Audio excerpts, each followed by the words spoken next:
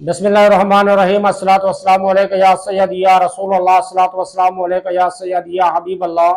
ला तदाद दरूद व सलाम हमारे प्यारे आका हज़रत मोहम्मद मुस्तफ़ा सल्लल्लाहु ताला अलैहि वसल्लम और आपके आल पर। वीवर में मुश्ताक अहमद, आप देख रहे हैं यूट्यूब चैनल। फरमान मुस्तफ़ा सल्लल्लाहु ताला अलैहि वसल्लम है, मुझ पर कसरत से दरूद पाक पढ़ो, बेशक तुम्हारा मुझ पर दरूद पाक पढ़ना तुम्हारे गुनाहों के लिए मगफरत है। नेकी के सिलसिले का हमारा जो आज का टॉपिक है, रियाकारी के तहत मज़कूरा मिसालों पर गौर कीजिए। रियाकारी की तारीफ के तहत मज़कूरा मिसालों पर गौर कीजिए। इस्लामी भाइयों, मज़कूरा मिसालों को जहन में रखते हुए रियाकारी की तारीफ पर एक बार फिर नज़र डाल लीजिए।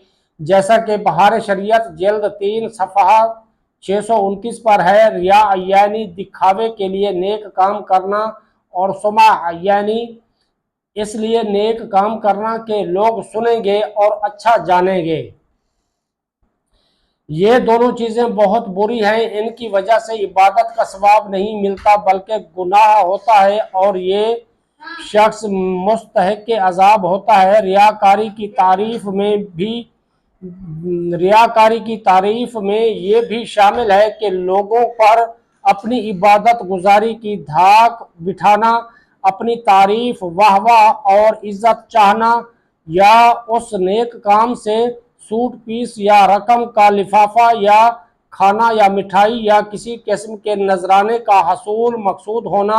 नीज पेश करता मिसालों में हुब्बे जाह यानी इज्जत व शोहरत